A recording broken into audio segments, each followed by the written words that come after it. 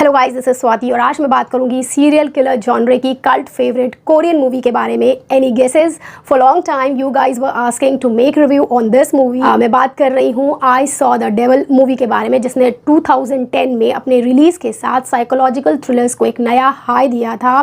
जो इसमें cat and mouse का गेम दिखाया है कि किस तरीके से किलर और जो उसको पनिश करना चाहता है, रिवेंज लेना चाहता है, वो इसके पीछे बार बार भागता रहता है, अपनी मर्जी से उसे छोड़ता रहता है। ये आप जब मूवी बाहर से देखेंगे तो पहले इंप्रेशन में ये गोर और ब्लड से लोडेड लगेगी, लेकिन ऐसा नहीं है कि इसके प्लॉट में डेप्थ नहीं है। इसके पीछे जो मेकर्स हैं उनका फिलोसॉफिकल पर्सपेक्टिव भी दिखता है। अगर उसकी बात करें तो एक मॉन्स्टर को मारने के लिए क्या दूसरे इंसान को जो रिवेंज ले रहा है उसे भी मॉन्स्टर बनना पड़ेगा, किस लेवल तक जाना पड़ेगा मॉन्स्टर बनने में। और जब वो ऐसा कर रहा होता है, बदला लेने के फेज में चल रहा होता है, तो जो फाइन लाइन होती है ना सीरियल किलर और ये जो रिवेंज ले रहा है इंसान, इसके बीच की मिटने सी लगती है। वो इतना स्टोन कोल्ड हो जाता है कि उससे डर लगने लगता है। देखने वाले को समझ नहीं आता है कि वो किसके लिए रूट करे। तो यहाँ पर एक मॉरल डायलेमा सा देखने वाले के लिए क्रिएट किया गया है कि क्या अब ये इंसान जो इतना कोल्ड हो गया है, ये वापस अपने उस फेज में जा पाएगा जैसे इसे शुरू में दिखाया गया था। तो ये सारी चीज़ें दिमाग में आने लगती हैं। अगर हम इस मूवी को और ज़्यादा सही से समझने की कोशिश करेंगे तो आप इसको 3 तरीके से समझ सकते हैं। एक स्टोरी और फिलॉसफी के पॉइंट ऑफ व्यू से, दूसरा जो किलर है, और तीसरा जो रिवेंज लेना चाहता है। ये मूवी इतनी बढ़िया बनकर निकली थी, आपको इसमें कई क्लासिक और बेहतरीन मूवीज़ का टेस्ट एक ही जगह मिल जाता है। चाहे आप ज़ोडियक की बात करें, 7 की, गॉन गर्ल, द गेम की, और इंडिया में भी इसका एक अडाप्टेशन बना था एक विलेन के नाम से, जिसमें रितेश देशमुख थे। अच्छे से मूवी बनाई गई थी, अच्छी वो भी मूवी थी, लेकिन ये जो ओरिजिनल है इसका लेवल ही अलग है। साथ ही आपको ये बता दूं, जो कैट एंड माउस का गेम चल रहा होता है इसमें ऑडियंस को बहुत मज़ा आ रहा होता है, क्योंकि हमारी जो प्राइमल बेसिक इंस्टिंक्ट है वो रिवेंज ड्रिवन होती है। एक बहुत ही सेटिस्फैक्ट्री फीलिंग आती है जो हमें ओवरवेलम तो करती है, लेकिन मज़ा भी आ रहा होता है। फिर वही बात आ जाती है, लेकिन कहाँ तक। अगर स्टोरी एंड साइकोलॉजी की बात करते हैं तो स्टोरी वेंजेंस ओरिएंटेड है, अनकन्वेंशनल है, क्योंकि जो जनरली बदला लेने वाला होता है उसे ऐसे दिखाते हैं कि वो बहुत दुखी है, प्रताड़ित है, और जैसे उसके सामने किलर आया वो हीट ऑफ द मोमेंट में उसे मार देता है। लेकिन यहाँ पर बहुत आराम से, प्लानिंग से एक एक स्टेप लेकर ये वेंजेंस ले रहा है। बाहर से आप देख पाएंगे कि ये धीरे धीरे उसी मॉन्स्टर में कन्वर्ट होता जा रहा है, आपको डर सा लगने लगेगा। ये स्टोरी काफ़ी शॉकिंग है, जो उसके ट्विस्ट एंड टर्न्स हैं शॉकिंग है, और साथ में ब्रूटल सीन्स भी लिए हुए हैं। ब्रूटल सीन्स तो हल्का होगा कहना, हार्ट पाउंडिंग सीन्स हैं इसमें, इसीलिए जो फेंट हार्टेड हैं उनके लिए ये मूवी बिल्कुल रिकमेंडेड नहीं है।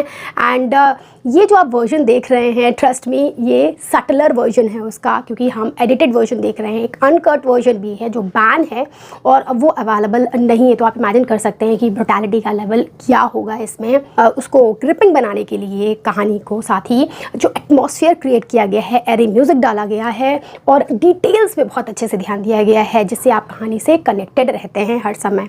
और फिलॉसफी की अगर बात करें तो हर इंसान में हर तरीके के सेंस होते हैं, चाहे वो ग्लटनी हो, लस्ट हो, एंगर हो, ग्रीड हो, जेलसी हो, लेकिन जो हीरो होता है, जो हमारे सामने हीरो बनकर आता है, वो इन सारी चीज़ों को टेम कर रखता है, फ्लो में नहीं जाता है, अपनी बॉर्डर जो उसने क्रिएट किया होता है उसको क्रॉस नहीं करता है। लेकिन दूसरी तरफ ये जो विलेन दिखाया गया है उसके पास हज़ारों रीजन्स होते हैं, जबकि वो खुद की उसकी चॉइस होती है हर बार, लेकिन उसके पास हज़ारों रीजन्स होते हैं। और यहाँ पर तो ये इतना ज़्यादा मेंटली सिक दिखाया गया है कि इसका तो लॉजिकल रीजनिंग ही नहीं होगा। यहाँ पर भी यही डर बनता रहता है कि जब बदला लेने वाला अपनी वो जो फाइन लाइन है ना इन दोनों के बीच, वो मिटाने लगता है। ऐसा लगता है कि अब वो शायद उसी साइड चला जाएगा, उसी के जैसा बन जाएगा। एंड में एक ओपन एंड क्वेश्चन की तरह छोड़ देते हैं हम व्यूअर्स के लिए।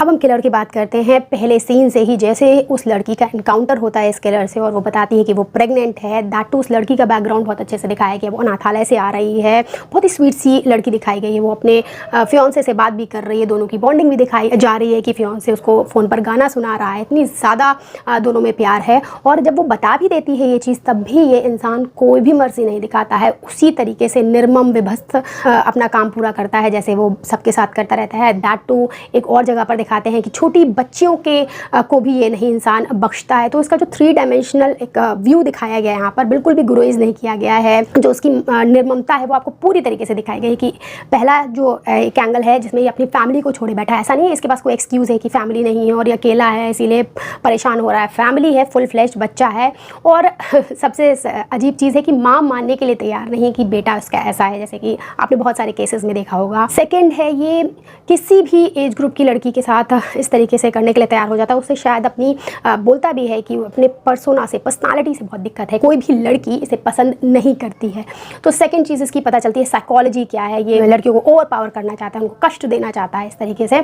थर्ड चीज़ ये है कि जब इसे बदला लेने शुरू करता है वो, और एक के बाद एक इसे तड़पाने लगता है, तब इसे तड़पने में मजा आने लगता है। तो बहुत अच्छे से यहाँ पे क्रिएट किया गया है ये सीरियल किलर, जिससे आपको नफरत हो जाएगी पहले ही सीन से। और यही सीरियल किलर का मेन एम है कि आपके अंदर हेट्रेड जगा दे, वो कर भी पाते हैं। बेहतरीन एक्टिंग करी है। अब हम बात करेंगे रिवेंज लेने वाले की। बहुत ही क्रेडिबल इंसान दिखाए गए हैं, बहुत प्यार करते हैं अपनी फियांसे से, उसको गाना सुनाते हुए देखते हैं। वो बहुत ही स्वीट सा एंगल उनका उस समय तक दिखाया है, ज़रा सा ही ग्लिम्स मिला है, लेकिन उससे पता चल जाता है कि दोनों की बॉन्डिंग क्या थी। और फिर जब उनको पता चलता है कि वो लड़की अब नहीं है और उसके जो शरीर के हिस्से हैं, सर है, वो सब इधर उधर मिलने लगता है, तो बहुत ज़्यादा शॉक में चले जाते हैं। और फाइनली वो ये डिसाइड करते हैं कि उनको इस इंसान को तड़पा तड़पा कर मारना है कि वो अपनी मौत की भीख मांगने लगे, इतना दर्द देना है। लेकिन उन्होंने शायद इस इंसान को अंडर एस्टिमेट कर लिया था। उनकी प्लानिंग बहुत अच्छी थी। और आप इस इंसान की पर्सनालिटी को फ्लिप होते देखेंगे पूरा। वो शुरू में इतना लवेबल नेचर का होता है और फ्लिप होकर एकदम स्टोन कोल्ड हो जाता है, बार्बरिक हो जाता है कहीं। तो वो बदला लेता है, पहले हल्का से शुरू होता है, थोड़ा बहुत मारता पीटता है सीरियल किलर पर, लेकिन उसकी इंटेंसिटी बढ़ती जाती है और वो खुद एक मॉन्स्टर का रूप धारण करने लगता है। और ये समझ में नहीं आता है कि आप इसके लिए कैसे रूट करें। लेकिन हाँ, मज़ा आ रहा होता है, क्योंकि जिससे बदला लिया जा रहा है वो उतना ही ज़्यादा गिरा हुआ इंसान है। यहाँ पर एक मॉरल डायलेमा सा क्रिएट हो जाता है देखने वाले के लिए। हम आपके लिए जिस तरीके से बड़े बड़े पेंटर्स होते हैं या पोएट्स होते हैं, अगर आप दांतेज इन्फर्नो की बात करें, जिसमें उन्होंने हेल का विभत्स चित्रण किया है अपनी पोयम में, तो अब आप उस पोयम को पसंद करेंगे, उसको एंजॉय करेंगे, तो किस तरीके से करेंगे। वही इस मूवी के साथ होता है। ब्रुटैलिटी है, गोर है, वायलेंस है, ब्लड है, इनोसेंट लोगों की मौत हो रही है। स्टिल आपको ये मूवी ठीक लगेगी, अच्छी लगेगी, पसंद आएगी, बिल्कुल दांतेज इन्फर्नो की पोयम की तरह जैसे लोगों को पसंद आती है। So do watch this, but again I will tell you, this is not for faint hearted. That's it, bye.